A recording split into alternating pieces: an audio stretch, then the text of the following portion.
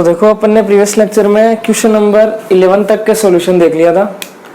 अब अपन स्टार्ट करते हैं क्वेश्चन नंबर 12 में, एक्सरसाइज नंबर 1.1 में है।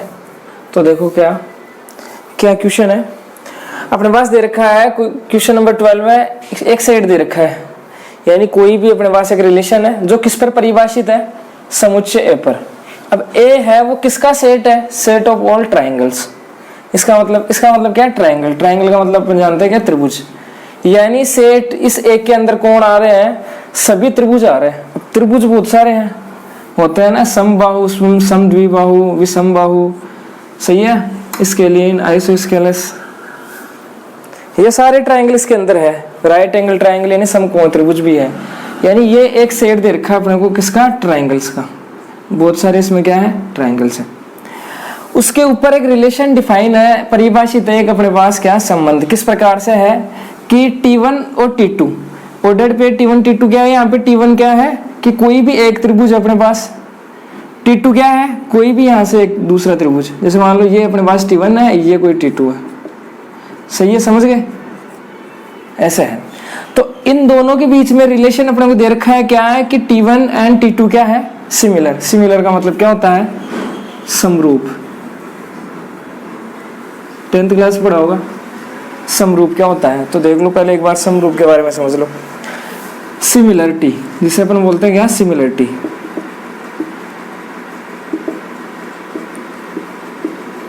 समरूपता, समरूपता। जैसे मान लो अपने पास कोई भी, ये छोटा है, कोई भी त्रिभुज है, ट्राइंगल है, और ये एक ऐसा का ऐसा एक बड़ा ट्राइंगल है, बड़ा त्रिभुज अपने पास, तो ये इसके सिमिलर है। नाम से देख सकते हो, सिमिलर का मतलब समान होना चाहिए। यहाँ पे छोटा बड़ा हो सकता है, बस ये होता है यहाँ पे, क्लियर है। समरूपता में क्या होता है कि शेप उसी टाइप की होनी चाहिए, जैसे ये त्रिभुज है तो ये भी त्रिभुज होना चाहिए, लेकिन छोटा बड़ा हो सकता है यहाँ पे, क्लियर है। तो उसे अपन क्या बोलेंगे, समरूप क्या बोलेंगे, त्रिभुज बोलेंगे, क्लियर है। और कोई सी भी शेप हो सकती है, जैसे मान लो ये छोटा बॉक्स है, ये बड़ा बॉक्स है अपने पास, सिमिलर है। ये भी बॉक्स है, ये भी बॉक्स है, इसका मतलब ये क्या है, सिमिलर है। या फिर इसका दूसरा मीनिंग और देखें अपन, तो एक और मीनिंग क्या होता है इसका, कि इसकी जो संगत भुजाएं हैं उनका जो रेशियो होता है, अनुपात होता है, वो समान होना चाहिए, इस ट्राइंगल की और इस ट्राइंगल की। देखो कैसे, संगत भुजा कौन सी होगी, जैसे इसका नाम देते हैं अपन ए बी और सी, इसका दे दो आप डी ई एफ। संगत भुजाएं मतलब ए बी की संगत होगी हमेशा ये डी, बी सी की कोरेस्पोंडिंग बोलते हैं जैसे अपन, कोरेस्पोंडिंग साइड्स। बी सी की कोरेस्पोंडिंग साइड कौन सी होगी, संगत भुजा कौन सी होगी, ई एफ। ए सी की होगी अपने पास क्या, डी एफ, सही है। तो इनका रेशियो इक्वल होना चाहिए। रेशियो का मतलब कैसे, डिवाइड में लिखते हैं रेशियो को ऊपर हमेशा, कैसे कि ए बी के कोरेस्पोंडिंग कौन सी है, डी, संगत भुजा ये होगा, इसका रेशियो किसके इक्वल होना चाहिए, बी सी के कोरेस्पोंडिंग साइड यानी संगत भुजा कौन सी होगी, ई एफ, इक्वल होनी चाहिए किसके, ratio A C upon D F के। इन तीनों का रेशियो ये अपने पास आ गए, साइडों का रेशियो आ गया, ये तीनों इक्वल होना चाहिए अपने पास। अगर ये रेशियो अनुपात इक्वल है तो इसका मतलब जो भी अपने पास शेप दे रखी है, फिगर दे रखी है, वो क्या है, समरूप है, सिमिलर है, वरना नहीं है। क्लियर है, समझ गए सिमिलर का मतलब। तो देखो, तो ये काम में आएगा अभी, तो ये ध्यान देना यहाँ पे। तो देखो अपन क्या कर रहे हैं यहाँ पे, अपने को क्या दिखाना है यहाँ पे कि जो भी रिलेशन दे रखा है वो कौन सा रिलेशन है, इक्विवेलेंस रिलेशन है। इक्विवेलेंस का मतलब तुल्यता संबंध है। अब तुल्यता संबंध के लिए अपने को वही देखो 3 कंडीशंस फॉलो करवानी पड़ेगी यहाँ पे। यानी क्या क्या, सबसे पहले वही क्या अपन देखेंगे कि इसमें रिफ्लेक्सिव, जिसे अपन क्या बोलेंगे, समतुल्य, समतुल्यता संबंध। तो देखो क्या हो जाएगा इसमें, अपन क्या प्रूव करेंगे, लिख लो यहाँ पे, वी प्रूव दैट। क्या प्रूव करेंगे यहाँ पे, आप देखो किस ऑर्डर पे, किस रूप में, T1 T2 ग्रुप में है, तो अपन किस प्रकार से ले लेंगे, T1 की फॉर्म में लेंगे यहाँ पे कि दोनों सेम होना चाहिए। ऐसे तो होता है A बिलोंग्स टू R, और ये रिफ्लेक्सिव के लिए यही प्रूव करता है अपन। तो यहाँ इसका मतलब यहाँ पे आपके पास T1 का मतलब यहाँ पे ट्राइंगल 1, त्रिभुज 1 और त्रिभुज 2, सही है। तो T1 ही ले लो, सेम लेना पड़ेगा, बिलोंग्स टू R दिखाना पड़ेगा। तो सबसे पहले तो ये ले लो आप ordered pair T1 T2। T1 T2 belongs to R का मीनिंग क्या है यहाँ पे कि T1 क्या है, सिमिलर है T2 के, यानी T1 समरूप किसके है, T2 के। अब इसका शॉर्ट में साइन भी तो होता है, कैसे, ये साइन समरूप का ही होता है, सही है। अब अपने को क्या करना है, T2 की जगह भी क्या रखना है, T1, क्योंकि ये प्रूव करना है अपने को। तो अब अपन क्या देख रहे हैं, 9। अब अपन किसको देख रहे हैं, ऑर्डर्ड पेयर इसको देख रहे हैं। इसका मीनिंग क्या हो जाएगा, इस हिसाब से T2 की जगह भी रख दो क्या, T1, तो T1 सिमिलर T2। अब ये प्रूफ नहीं हुआ यहाँ तक कि आपने ये लिख दिया, इसका मतलब प्रूफ हो गया। आपने तो क्या किया है, T2 की जगह T1 रख दिया, ऐसे थोड़ी होता है, T2 की जगह T1 रखने से प्रूफ हो गया। आपको बताना पड़ेगा कि ये क्या, ये सही है कि नहीं है। तो ये अपने पास अपने को पता है, सॉरी यहाँ पे भी तो T1 ही आएगा, T2 की जगह क्या पुट कर रहे हैं अपन, T1, क्लियर है।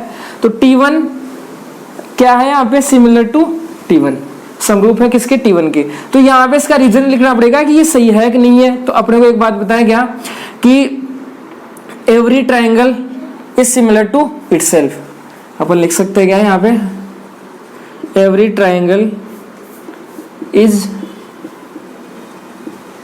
Similar to itself. इसका मतलब क्या हो गया कि प्रत्येक जो त्रिभुज होता है वो खुद के क्या होता है, समरूप होता है। इस वजह से ये ट्रू है। ट्रू है तो T1 T2 एक दूसरे से कनेक्ट है, एक दूसरे रिलेट है, इसका मतलब T1 T2 कहाँ पे बिलोंग करेंगे, R के अंदर, रिलेशन के अंदर। तो मतलब इसका मतलब ये कौन हो गया, R कैसा है अपने पास, रिफ्लेक्सिव। यही प्रूव करना होता है, सॉरी यहाँ पे T2 नहीं आएगा, T1 T1 के साथ कनेक्ट है, क्योंकि उसी रिलेशन को फॉलो कर रहा है जिसको T1 T2 कर रहे हैं। इसका मतलब T1 T2 एक दूसरे से कनेक्ट है तो ये R में बिलोंग करेंगे। R में बिलोंग करने का मतलब जो रिलेशन देखा वो कैसा होगा, रिफ्लेक्सिव होगा। इसके बाद में आ गया अपने पास सिमेट्रिक। सेकंड, सिमेट्रिक का मतलब सम्मित, सम्मितता देखेंगे अपन इसकी, तो सम्मित है कि नहीं। तो सम्मित के लिए अपन क्या प्रूव करेंगे यहाँ पे, वही क्या हम सिद्ध करेंगे क्या कि T1 T2 belongs to R लेके चलेंगे। और किसके लिए चेक करेंगे अपन, इसके लिए चेक करेंगे कि ये भी है कि नहीं है R के अंदर। और यहाँ पे तो होना ही चाहिए R के अंदर, क्योंकि अपने को प्रूफ यही करना है, इक्विवेलेंस तो होना ही चाहिए, सिमिलर भी, सॉरी सिमेट्रिक भी होना चाहिए ये। तो देखो पहले तो ये लेके चलना है, मतलब ये लेके चल लो आप T1 T2 belongs to R। इसका मीनिंग क्या हुआ, अगर इसके अंदर R के अंदर, इसका मतलब क्या है कि T1 किसके सिमिलर है, T2 के। तो अब अपने को चेक करेंगे किसके लिए, अपन इसके लिए चेक करेंगे कि क्या ये भी R के अंदर आता है कि नहीं आता है। तो देखो T2 T1 ऑर्डर पे ले लेंगे यहाँ पे, तो ये कैसे ओपन होगा, यहाँ पे पहले T2 आ जाएगा, फिर सिमिलर, फिर क्या आ जाएगा T1, क्योंकि इस हिसाब से ऐसे ओपन होगा। अब आप ये लिख दोगे ये सही है कि नहीं है, कैसे कि अपने को पता है क्या है कि T1 सिंस T1 किसके सिमिलर है, T2 के। तो अपने को पता है ये इसके सिमिलर है, तो ये इसके सिमिलर हो गया, बात तो एक है। तो अपन लिख सकते हैं क्या, T2 किसके सिमिलर होगा, T1 के।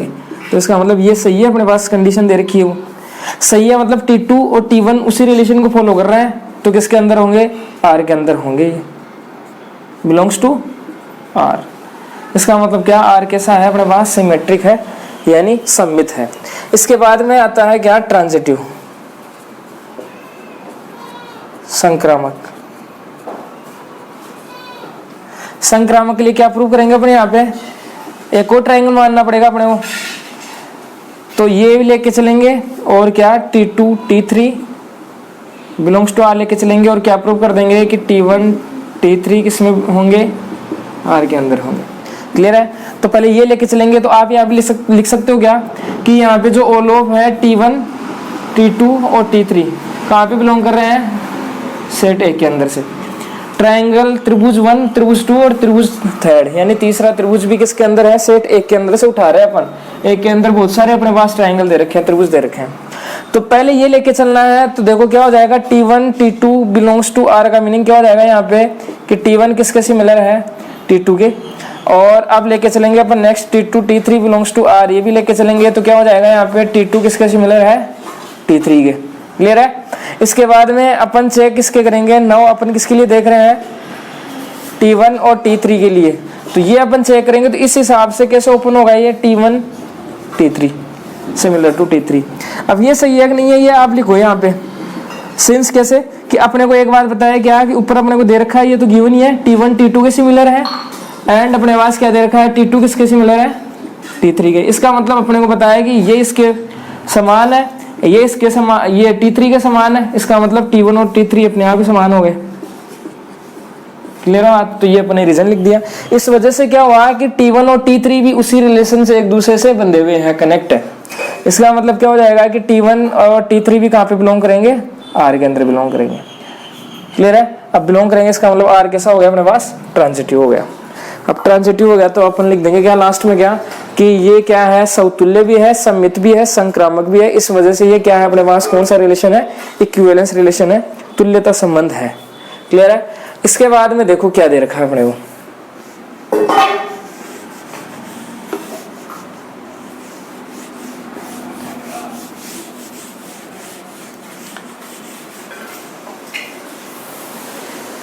इसके बाद में देखो क्या दे रखा है अपने को ट्रायंगल दे रखे हैं यहाँ पे, right angle triangle. Right angle triangle का मतलब समकोण त्रिभुज दे रखे हैं और उनकी भुजाएं भी अपने को दे रखी है, साइड्स भी दे रखे हैं। ये दे रखा है अपने को, देखो बुक में देखो, देखे दे रखा है कि नहीं दे रखा है। मतलब अपने को एक यहाँ पे समकोण त्रिभुज दे रखा है जिसकी साइडें कितनी है, T1, जिसको नाम दे दिया क्या, T1। कोई भी त्रिभुज है ये समकोण त्रिभुज जिसकी साइड है 3 4 5, ऐसा दे रखा है, ऐसा दे रखा है, नहीं पता चल रहा है क्या, इससे पहले देखो यही होगा। इसके बाद में अपने को दे रखा है राइट एंगल ट्रायंगल T2 जिसकी अपने साइड दे रखी है 5 12 है और 13। एक T3 दे रखा है जिसकी 6 है 10 है। तो ये अपने को क्या दे रखा है, समकोण त्रिभुज दे रखे हैं। अब अपने को क्या पूछा है, विच triangle among T1 T2 T3, यानी T1 T2 T3 में कौन से त्रिभुज आर रिलेटेड। रिलेटेड का मतलब क्या हो गया, यहाँ पे संबंधित है कि एक दूसरे से कौन से कनेक्ट है, T1 T2 और T3 कौन से कनेक्ट है, और जो कनेक्शन है इनके बीच में वो कनेक्शन कैसा होना चाहिए।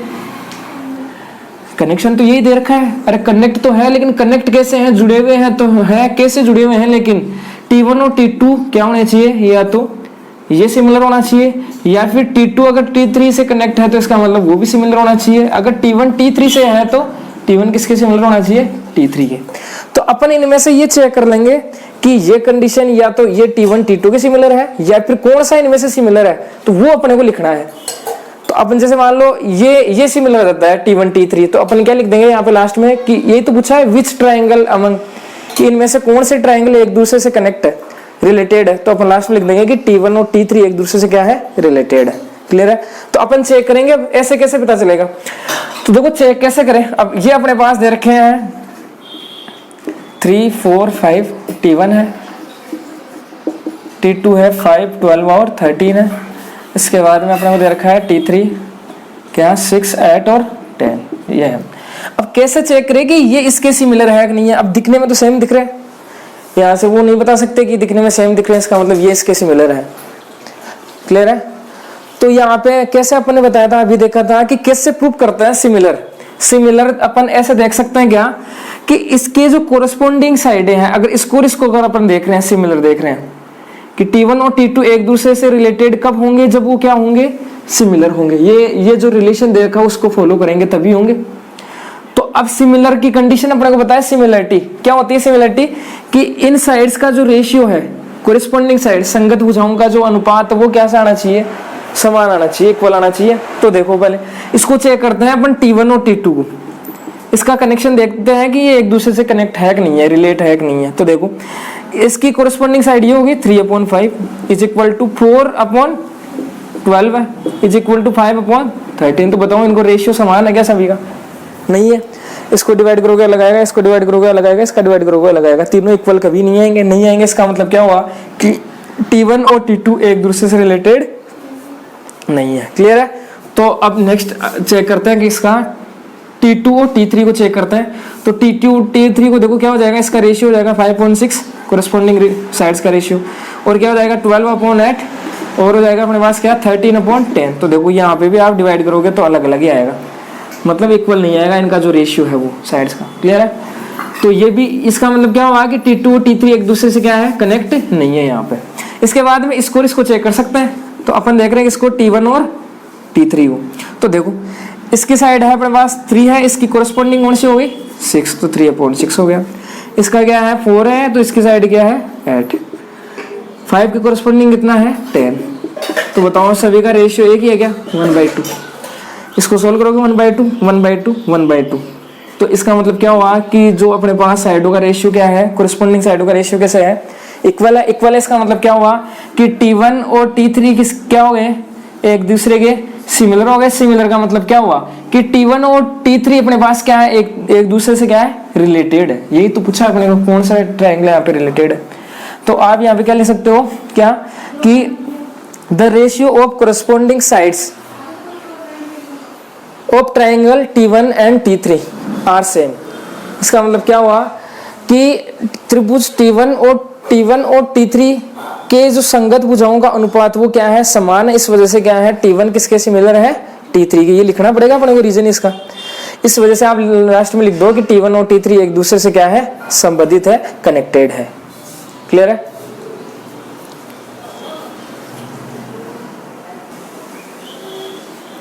इसके बाद में देखो नेक्स्ट क्वेश्चन नंबर 13 क्या दे रखा है अपने को।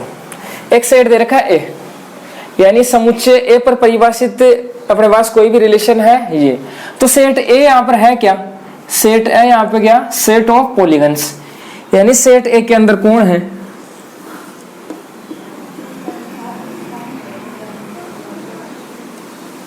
पॉलीगन्स का मतलब क्या होता है, पहले तो इसका मीनिंग समझो। बहुभुज, देखो यहां से नाम से देख सकते हो आप, बहुभुज का मतलब बहुत सारी भुजाएं हों, ऐसी बंद शेप होनी चाहिए जिसमें बहुत सारी भुजाएं हों। या फिर अपन बोल सकते हैं पॉलीगॉन का मतलब, पॉली का मतलब होता है मैनी, गोन्स का मतलब होता है साइड, जिसमें बहुत सारी साइडें हों, ऐसी बंद शेप होनी चाहिए। तो उसे अपन क्या बोलेंगे, बहुभुज बोलेंगे या पॉलीगॉन बोलेंगे। अब बंद शेप कैसे हो सकती है, जैसे मान लो सबसे अगर अपन देखें तो सबसे कम कितनी साइडों से बंद हो सकता है, 3 साइडों से कोई भी बंद शेप हो सकती है। तो इसको अपन बोल सकते हैं क्या, यानी बहुभुज बोल सकता है। अब ये इस सेट के अंदर आ जाएगा, यानी त्रिभुज भी आ सकता है इसके अंदर। अब 4 साइड भी हो सकती है, बंद हो गई 4 साइडों से, तो ये 4 साइड भी आ सकती है, ये भी इसके अंदर आ सकता है सेट के अंदर। इसके बाद में जैसे मान लो पेंटागोन मान लो, जिसमें 5 साइडें हो अपने पास, हेक्सागोन मान लो। क्लियर है। तो ये बंद आकृति है, समझ गए इसका मीनिंग क्या है। अब 7 हो, 10 हो, 50 हो, कितनी ही हो, 50 भुजाओं से भी बंद आकृति है, उसको भी क्या बोलेंगे अपन, पॉलीगॉन ही बोलेंगे, बहुभुज ही बोलेंगे। क्लियर है। तो ये है बहुभुज। तो अपने को दे रखा है क्या कि इसमें से अपने को क्या कोई भी वो दे रखी है शेप है, इनमें से सेट ए है अपने पास कोई भी, इसमें अपने पास क्या है, बहुत सारी क्या है, बहुभुज है, वो आकृतियां हैं। तो वो आकृतियां एक दूसरे से कैसे रिलेटेड है, उनका एक का नाम दे दिया कोई भी P1 और दूसरे का नाम क्या दे दिया कोई भी P2।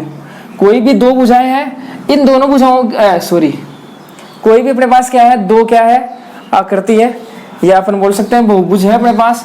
उन दोनों के बीच में क्या रिलेशन है, P1 and P2 have same number of side. इसका मतलब क्या है कि P1 एंड P2 जो भी 2 आकृति है उनमें क्या है, भुजाओं की संख्या क्या है, समान है। जैसे यही देख लो, इसमें कितनी भुजाएं हैं, 4 है, इसमें भी कितनी है। तो इसका मतलब ये एक दूसरे से क्या होंगे, कनेक्ट होंगे। अब ये शेप कैसे हो सकती है, जैसे मान लो ये अपने पास ये तो इसमें भी 4 भुजाएं हैं, तो ये और ये एक दूसरे से कनेक्ट है। क्लियर है। तो अपने को देखो सबसे पहला काम यहाँ पे क्या प्रूव करना है, इक्विवेलेंस रिलेशन प्रूव करना है। इसका मतलब वही क्या, तुल्यता संबंध अपने को बताना है। तो सबसे पहले रिफ्लेक्सिव अपन चेक करेंगे। तो रिफ्लेक्सिव चेक करने के लिए अपने को बताया क्या करना होता है, ए बिलोंग्स टू आर दिखाना होता है अपने को। लेकिन यहाँ पे किस टाइप के एलिमेंट है अपने पास, P1 P2। तो यहाँ पे भी दोनों सेम ही होने चाहिए। तो P1 कहाँ पे बिलोंग होना चाहिए, आर के अंदर। ये अपन प्रूव करेंगे, वी प्रूव दैट। तो लिख लो यहाँ पे क्या, सबसे पहले तो लिख लो क्या P1 P2 के बीच में किस प्रकार से रिलेशन है, क्या है, P1 and P2 have same number of sides, same number of sides. सही है। अब यहाँ पे P1 रख के देख लो आप, इसकी जगह P2 की जगह P1 रख लो। ये कैसे डिफाइन होगा कि P1 and P1 have same number of side. तो ये ट्रू है कि खुद के बराबर हो सकता है। क्लियर है। तो यहाँ पे आप लिख सकते हो दिस स्टेटमेंट इज ट्रू। इसके बाद में अपन देख रहे, इसका मतलब क्या हुआ कि P1 और P1 इसी रिलेशन के साथ कनेक्ट है। कनेक्ट का मतलब क्या हो जाएगा, P1 और P1 कहाँ पे बिलोंग करेंगे, R के अंदर। इसका मतलब R के साथ रिफ्लेक्सिव है। इसके बाद में सममित अपन चेक करेंगे। तो सममित के लिए क्या चेक करेंगे, P1 P2 belongs to R है, तो इसको चेक कर लेंगे अपन क्या कि P2 और P1 भी कहाँ पे बिलोंग करेगा, R के अंदर। सही है। तो यहाँ पे अपन ये लेके चलेंगे P1 P2 belongs to R, तो लेके चलेंगे। इसका मतलब क्या हो जाएगा कि P1 and P2 have same number of sides, ये लाइन यहाँ पे रहेगी। क्लियर है। इसके बाद में अपन चेक इसके लिए कर रहे हैं अपन P2 P1 के लिए ऑर्डर्ड पेयर, इसको अपन देख रहे हैं कि ये सही है कि नहीं है। तो यहाँ पे क्या हो जाएगा, P2 आ जाएगा पहले एंड बाद में क्या आ जाएगा P1, वापस से वही लाइन आ जाएगी have same number of sides. तो ये बात ट्रू है कि नहीं है, वही तो है। यहाँ पे लिख दो क्या कि number of sides P1 equal number of sides P2, दोनों की साइड अगर इक्वल है तो ऐसे भी तो बोल सकते हैं P2 में भुजाओं की संख्या P1 की भुजाओं की संख्या के इक्वल है, ऐसे लिख सकते हैं। तो क्या है ये स्टेटमेंट क्या है अपने पास ट्रू है, तो लिख सकते हो आप यहाँ पे ये बात। इसके बाद में ट्रांजिटिव है, तो ट्रांजिटिव के लिए अपन क्या प्रूव करते हैं, सबसे पहले तो लेके चलते हैं क्या P1 P2 belongs to R। इसका मीनिंग क्या हो जाएगा कि P1 ये वापस लाइन लिख दो, P1 and P2 have same number of side, ये लिख दो यहाँ पे P1 एंड P2। इसके बाद में अपन लेके चलेंगे क्या P2 P3 belongs to R। तो यहाँ पे इसके लिए भी देखेंगे अपन, तो P2 एंड P3 क्या हो जाएगा यहाँ पे have same number of sides. इसके बाद में अपन चेक इसके लिए करेंगे P1 एंड P3 के लिए बिलोंग्स टू R। तो यहाँ पे ले लो इसी हिसाब से ओपन कर दो इसको क्या कि P1 and P3 are have same number of sides, भुजाओं की संख्या समान है। तो ये इसका रीजन लिख दो कैसे है, क्योंकि अपने को पता है क्या कि P1 और P2 में समान है भुजाओं की संख्या, P2 और P3 में समान है, इसका मतलब P1 और P3 में भी समान हो जाएगा, ये रीजन है यहाँ पे आप लिख दो। इसका मतलब क्या हुआ P1 P3 भी कनेक्ट हो गए, कनेक्ट हो गए का मतलब क्या हो जाएगा कि यहाँ कहाँ पे बिलोंग करेंगे, R के अंदर बिलोंग करेंगे। इसका मतलब कौन सा हो जाएगा, ये अपने पास ट्रांजिटिव हो जाएगा। क्लियर है, ऐसे करना। और यहाँ पे आप लिख भी सकते हो क्या कि यहाँ पे जो ओलो P1 अपने को दे रखा है, P2 दे रखा है, P3 दे रखा है, वो कहाँ पे बिलोंग करेगा, कौन सा सेट के अंदर, सेट A के अंदर से। A के अंदर से तो उठा रहे हैं कोई सी भी शेप अपन। क्लियर है, तो ये हो गया। इसके बाद में नेक्स्ट देखो ये यहाँ पे इंपॉर्टेंट ये क्वेश्चन, इसके बाद में सेकंड दे रखा है ना, इसमें देखो क्या है,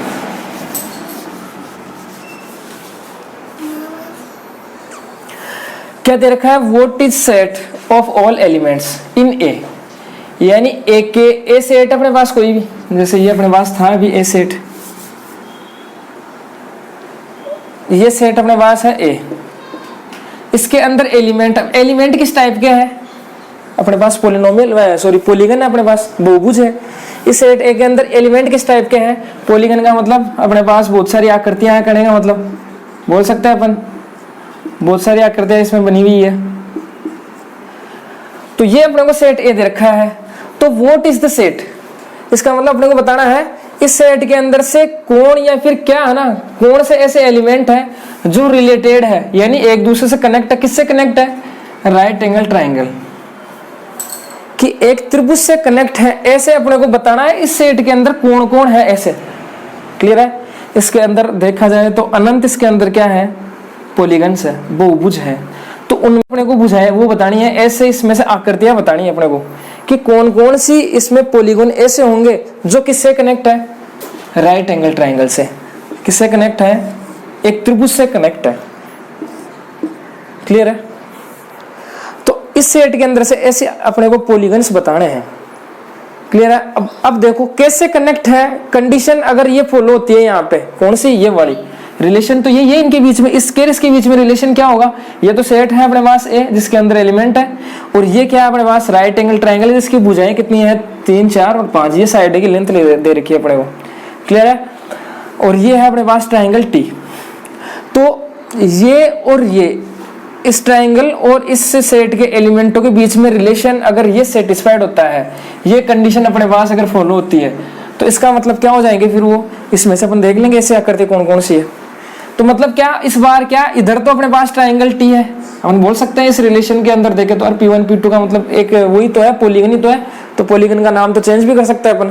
तो ये तो इधर तो है अपने पास ट्राइंगल, कौन सा, राइट एंगल ट्राइंगल का मतलब कौन सा हो गया अपने पास, समकोण। अब कैसा ही हो उससे कोई दिक्कत नहीं है, अपने समकोण त्रिभुज है, इधर तो समकोण त्रिभुज है, और इधर अपने पास क्या है, सेट ए, सेट ए के एलिमेंट है।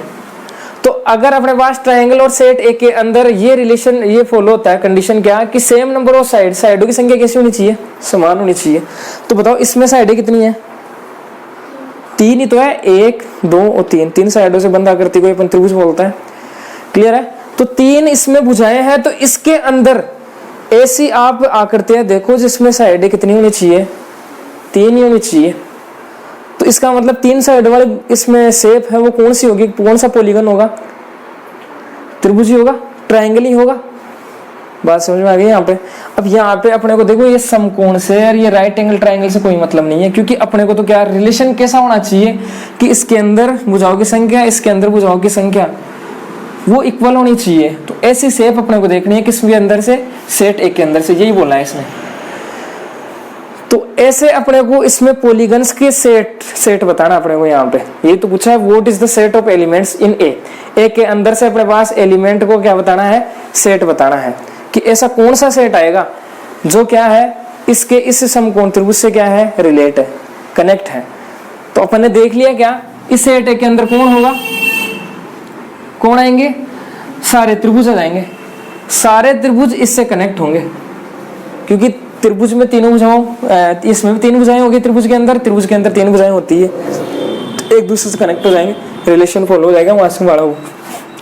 तो अपने आप लिख सकते हैं क्या, सेट ए के अंदर कौन आएगा अपने पास, कि आप लिख सकते हो set of triangles.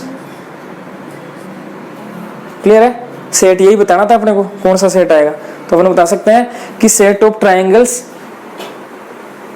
Are related to इस ट्रायंगल से, राइट एंगल ट्रायंगल से रिलेटेड है। समझ गए। इसके बाद में क्वेश्चन नंबर देखो 14 क्या दे रखा है अपने को, late L be the set of all lines in xy plane and R be the relation in L defined as, relation अपने को ये दे रखा है, किस प्रकार से डिफाइन है कि L1 L2 ऑर्डर्ड पेयर है, जिसका मीनिंग क्या है कि L1 किसके पैरेलल है, L2 के। पैरेलल का मतलब होता है समांतर। L1 L2 के क्या है अपने पास, समांतर दे रखा है। इसके बाद में अपने को बताना है show that the relation R is equivalence relation, अपने को ये प्रूव करना है कि इक्विवेलेंस रिलेशन है कि नहीं है, ये बताना है। इसके बाद में अपने को बताना है find the set of all lines related two lines, इस लाइन के रिलेटेड है। तो देखो क्या है यहाँ पे, क्या करना है अपने को। सबसे पहले तो ये जो रिलेशन दे रखा है इसको इक्विवेलेंस रिलेशन प्रूव करना है, तुल्यता संबंध। तो ये देखो अपन ने एग्जाम्पल भी देखा था, पहले देखा था रिलेशन के जो इंट्रोडक्शन बताया था वहां पे, एग्जाम्पल्स में भी समझा था। तो ये आसान है बिल्कुल, तो कर लेना आप यहाँ पे, इक्विवेलेंस तो प्रूफ हो जाएगा। इसके बाद में ये देखो यहाँ पे, ये इंपॉर्टेंट है, find the set of all lines.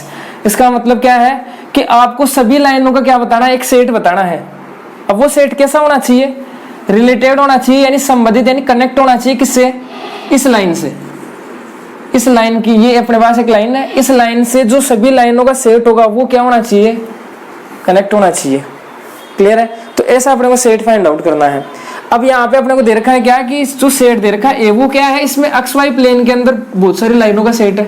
अब लाइनें कैसे हो सकती है, क्लियर है, अनंत अपने पास इनफाइनाइट लाइनें हैं जिनका समुच्चय अपने को दे रखा है एक्स वाई प्लेन के अंदर। तो देखो यहाँ पे अपने को क्या बताना है, सेट ऑफ ऑल लाइंस, अपन लाइनों का सेट बताएंगे जो किससे कनेक्ट है, इससे कनेक्ट है। अब ऐसे तो कैसे पता चले अपने को कि इस लाइन से कनेक्ट होने वाली लाइनें कौन सी है। तो एक तो रिलेशन ये फॉलो होना चाहिए, जैसे मान लो ये अपने पास कोई भी सेट लाइन होगा, सही है, और ये अपने पास लाइन कौन सी है, y = 2x + 4, ये अपने पास लाइन है कोई भी।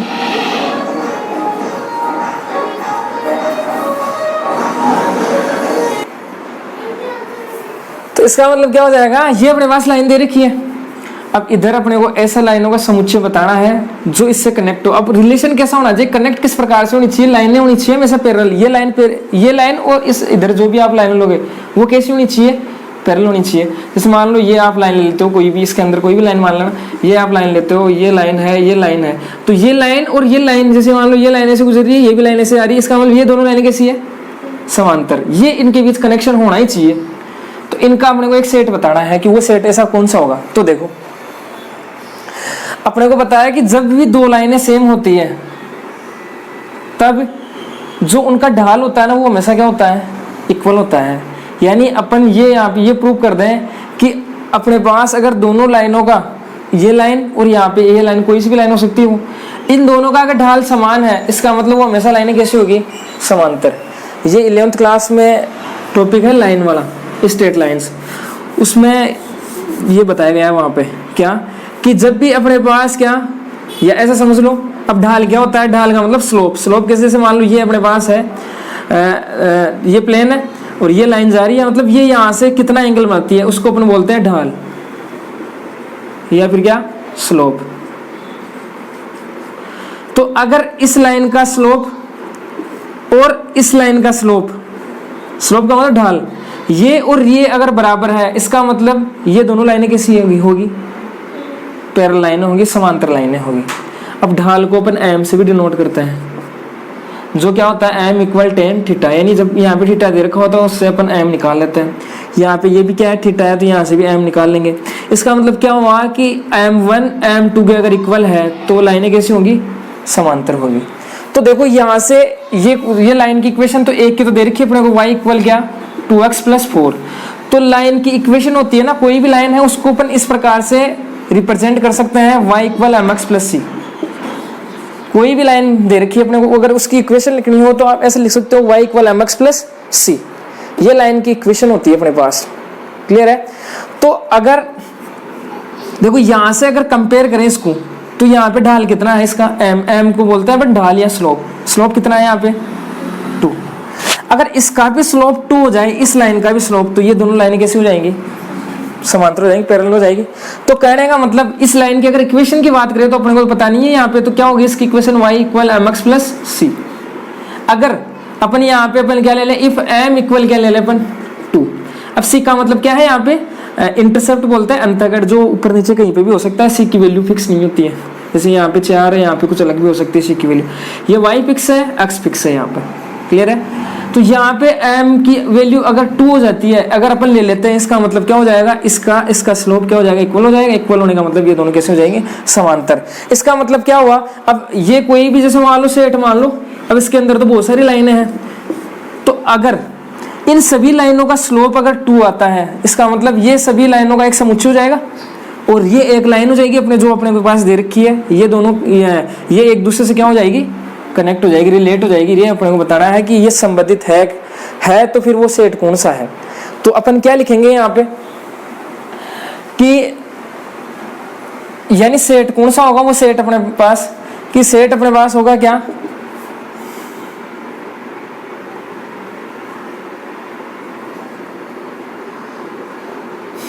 तो यहाँ पर अपन बता देंगे कि जो लाइनें होगी वो किस टाइप की होगी। y इक्वल mx, m की जगह क्या रखेंगे अपन 2, क्योंकि इसका स्लोप भी 2 ही होना चाहिए।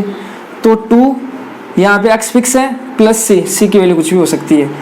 तो ये एक लाइन नहीं है, ये अनंत लाइन का सेट है। ये कैसे, आप यहाँ पे क्या c की वैल्यू अलग अलग रखते जाओ, आपको अलग अलग लाइनें मिलती जाएंगी।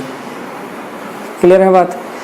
ये क्या है, लाइनों का समुच्चय है, एक सेट है जो अपने को बताना था। यही सेट अपने को बताना था कि ये लाइनों का सेट कौन सा होगा। तो आप लिख सकते हो y equal 2x + c is the set of all lines which are related to, इस लाइन से रिलेटेड है। समझ गए क्या, ये यहाँ पे अनंत लाइनों का एक समुच्चय है अपने पास, ये जो क्या है, इससे क्या है, रिलेटेड है। और रिलेटेड क्यों है, क्योंकि ये एक दूसरे से क्या है, एक दूसरे क्या है, पैरेलल है, समांतर है। समझ में आ गई बात क्या है। तो यहाँ पे ये इसका आंसर हो जाएगा, ये सेट हो जाएगा यहाँ पे। तो देखो इसके बाद में क्वेश्चन नंबर 15 क्या दे रखा है। कोई भी अपने को एक सेट दे रखा है जिसको अपन मान लेते हैं ए, उसके अंदर एलिमेंट अपने पास ये अवयव दे रखे हैं इस टाइप के। अब वो रिलेशन किस प्रकार से है, अपने को ऑर्डर्ड पेयर क्रमित युग्मों के रूप में पहले से ही दे दिया सेट बना के, क्लियर है। तो रिलेशन अपने को पहले से दे रखा है यहाँ पे, ये ऑर्डर्ड पेयर के रूप में दे दिया अपन ने। इसके बाद में अपने को यहाँ पे क्या चेक करना है, ये अपने को चेक करना है इनमें से ऑप्शन की कौन सा ऑप्शन सही है। यानी अपने को रिफ्लेक्सिव और सिमेट्रिक, यानी ऑप्शन ए में क्या दे रखा है, रिफ्लेक्सिव भी है, सिमेट्रिक भी है, लेकिन ट्रांजिटिव नहीं है, समतुल्य है, सममित है, लेकिन संक्रामक नहीं है। यानी ये अपने को चेक करना है इस प्रकार से, ये ऑप्शन चेक करना है कि कौन सा सही है। तो देखो अपन चेक कर सकते हैं क्या, अपने को पता है कि समतुल्य यानी जो भी अपने पास क्या होता है, जिसे क्या बोलते हैं पर रिफ्लेक्सिव में अपन क्या चेक करते हैं, ए बिलोंग्स टू आर। इसका मतलब क्या है, यहाँ पे ए का मतलब कोई भी एलिमेंट हो सकता है, जो कहाँ से लेना है अपने को, सेट ए के अंदर से अपन कोई सा भी ले सकते हैं। तो यहाँ पे रख लो वो आर के अंदर क्या कि आर का सेट कौन सा, यही है, इसके अंदर होना चाहिए वो। तो अपन ले लेते हैं यहाँ पे ए की वैल्यू क्या लेते हैं 1। तो 1 अगर आर देखो आर के अंदर है कि नहीं है। अब यहाँ पे आप रख सकते हो एलिमेंट ले सकते हो यहाँ से, तो 2 रख के देख लो, 2 ऑर्डर्ड पेयर 2 यहाँ पे है क्या है। इसके बाद में ऑर्डर्ड पेयर 3 रख के देख लो, तो 3 3 यहाँ पे है, इसके अंदर है। इसके बाद में ऑर्डर्ड पेयर 4 4 4 4 भी है। क्लियर है? यानी यहाँ पे देख सकते हो कि क्या 4 4 भी किसके अंदर है, आर के अंदर है। दिख रहा है अपने को? इसका मतलब क्या हुआ? इसका मतलब हुआ क्या कि ये जो रिलेशन दे रखा है अपने को, ये कैसा है? समतुल्य तो है, ये तो कन्फर्म है। अब इसके बाद में अपन चेक कर लेते हैं क्या, सिमेट्रिक। सिमेट्रिक यानी क्या, सममित चेक कर लेते हैं। तो सममित में क्या देखना होता है अपने को कि A B belongs to R है, तो इसका उल्टा क्या कि ordered pair B A B किस में होना चाहिए, आर के अंदर। तो आप ए और बी, अब यहाँ से कोई सा भी ले लो आप, यहाँ पे जैसे ए ले लेते हैं अपन 1 और बी कौन सा ले लेते हैं, 2 ले लेते हैं। ये आर के अंदर दिख रहा है क्या अपने को, 1 2 आर के अंदर है। तो इसको चेक करो 2 1 आर के अंदर है कि नहीं है, देखो 2 1 ऑर्डर्ड पेयर 2 1 कहीं पे नहीं है। इसका मतलब कि ये आर के अंदर बिलोंग नहीं कर रहा है। नहीं कर रहा है, करने का मतलब क्या हो गया, तो कंडीशन ये फॉलो होनी चाहिए थी लेकिन नहीं हो रही। इसका मतलब क्या कि ये सिमेट्रिक नहीं है। क्लियर है? ये आसान होता है समतुल्य और सममित चेक करना। तो अब आप यहाँ से ही चेक कर सकते हो, आपको वो ट्रांजिटिव वाला केस, संक्रामक वाला केस निकालने की आवश्यकता नहीं है। देखो कैसे, यहाँ पे सममित नहीं है। सममित नहीं होने का मतलब क्या हुआ कि देखो ये ऑप्शन तो आएगा नहीं, यहाँ पे फोर्थ वाला तो कैंसिल हो जाएगा। यहाँ पे इक्विवेलेंस रिलेशन तो होगा नहीं, क्योंकि इक्विवेलेंस के लिए क्या होना चाहिए, तुल्यता संबंध प्रूव होने के लिए क्या होना चाहिए कि समतुल्य भी होना चाहिए, सममित भी होना चाहिए, संक्रामक, यानी तीनों केस फॉलो होने चाहिए। लेकिन यहाँ पे तो ये हो रहा नहीं है, इसका मतलब ये डी तो आएगा नहीं। इसके बाद में और देख लो, अब सममित भी नहीं है तो सममित वाला देख लो कौन सा है कि जो यहाँ पे नहीं है, वो देख लो कौन सा ऑप्शन है। जैसे इसमें क्या बोला है, पहले वाले में क्या बोला है, रिफ्लेक्सिव भी है, सिमेट्रिक भी है। तो यहाँ पे तो अपने ने क्या निकाला, सिमेट्रिक नहीं है। इसका मतलब ये ऑप्शन भी क्या हो गया, रॉन्ग हो गया। क्लियर है? आगे देखने की आवश्यकता ही नहीं है अपने को। इसके बाद में क्या बोला है, देखो इसमें देख लो आप, सी में इसमें क्या बोला है, सिमेट्रिक भी है, ट्रांजिटिव भी है। सिमेट्रिक का मतलब सममित भी दे रखा है अपने को, तो लेकिन अपने निकाला है नहीं है यहाँ पे, तो इसका मतलब ये भी क्या ऑप्शन रॉन्ग है। तो बचा कौन सा, बी। अब आपको चेक करने की आवश्यकता ही नहीं है इसको कि क्या है क्या नहीं है, आप डायरेक्ट लगा दो कि कौन सा ऑप्शन चाहिए यहाँ पे, बी वाला। क्लियर है बात? इसके बाद में देखो नेक्स्ट लास्ट क्वेश्चन है, क्वेश्चन नंबर 16। अपने को कोई भी रिलेशन दे रखा है, ये आर इस प्रकार से डिफाइन है, कैसे, ए और बी किस टाइप के हैं, ए इक्वल बी माइनस 2। यहाँ पे कंडीशन क्या दे रही है कि बी की वैल्यू क्या है, ग्रेटर देन 6। यहाँ से ऑप्शन चेक करना है कौन सा सही आएगा इनमें से। तो देखो सबसे पहला ऑप्शन चेक करते हैं अपन 2 4, ऑप्शन से ले लेते हैं। यहाँ पे ऑर्डर्ड पेयर 2 4 का मतलब यहाँ पे देखो क्या दे रखा है, ऑर्डर्ड पेयर 2 4 क्रमित युग्म 2 4 कहाँ पे बिलोंग कर रहा है, आर। आर के अंदर बिलोंग करने का मतलब क्या है कि आर के अंदर जो भी रिलेशन दे रखा है उसको ये फॉलो करता है, ये हुआ इसका मतलब। अब अपने को पता है कि ऑर्डर्ड पेयर के अंदर जो पहला होता है उसका नाम क्या होता है, अगर जनरली देखा जाए तो क्या बोल सकते हैं इसको क्या बोल सकते हैं। अगर आप नाम अलग देना चाहो तो इसको x मान लो, इसको y मान लो, इसको p मान लो, इसको q मान लो। तो अपने यहाँ पे ए बी के रूप में, या तो अपन ए बी के रूप में मान लेते हैं। पहले वाला जो भी दे रखा है ये क्या है, ए है, दूसरे वाला क्या है, बी है। अगर ये इस कंडीशन को फॉलो करते हैं तो यही ऑप्शन सही हो जाएगा अपने पास, क्योंकि आर के अंदर बता रखा है ना कि ये ऑर्डर्ड पेयर आर के अंदर है। आर के अंदर तभी होगा जब इस रिलेशन को फॉलो करे। तो देखो रख के देख लो आप, ए की वैल्यू रखो 2 इज इक्वल टू, बी की वैल्यू कितनी है 4, 4 माइनस कितना है 2, तो बताओ 2 इक्वल टू आ रहा है। इसका मतलब क्या हुआ कि ये अपने पास ऑर्डर्ड पेयर दे रखा, वो सही दे रखा है आर के अंदर। सही है क्या? कैसे, क्या कैसे सही नहीं है? देखो ये सही नहीं है, सही नहीं है। ये कैसे नहीं है, देखो बस यही समझना है कि रिलेशन भी फॉलो हो रहा है, कि ये कंडीशन भी अपने पास जो दे रखी है वो भी फॉलो हो रही है, लेकिन फिर भी ऑप्शन गलत है। कैसे गलत है? अपने को यहाँ पे क्या दे दिया, बी की वैल्यू 6 से बड़ी होनी चाहिए, बी ग्रेटर देन कितना है 6, यानी 6 से बड़ी होनी चाहिए बी की वैल्यू। तो यहाँ पे तो बी की वैल्यू कितनी है, इसका मतलब फिर ये अपन नहीं ले सकते। ये ऑर्डर्ड पेयर तो सही है लेकिन ये ले नहीं सकते अपन यहाँ पे, इसका मतलब पहला ऑप्शन नहीं आएगा। अब दूसरा चेक कर लो, यहाँ पे क्या, ए की वैल्यू अपन 3 रखते हैं और बी की वैल्यू क्या रखेंगे यहाँ पे 8 माइनस 2। तो बताओ पहली बात तो ये दोनों इक्वल ही नहीं है, रिलेशन फॉलो ही नहीं हो रहा है यहाँ पे। तो क्लियर है, 3 इक्वल कितना आएगा यहाँ पे 6, तो जो इक्वल नहीं होता है। अब ये यहाँ पे ये देख लो, ये रिलेशन ट्रू हो जाएगा यहाँ पे। जैसे रखो ए की वैल्यू 6, बी की वैल्यू कितनी रखोगे 8 माइनस 2, बताओ 6 इक्वल 6 है। इसका मतलब इस ऑर्डर्ड पेयर को यहाँ पे रखते ही ये रिलेशन फॉलो हो रहा है। इसका मतलब ये अपने पास जो ऑप्शन दे रखा है सी, थर्ड वाला, ये सही हो जाएगा। क्लियर है?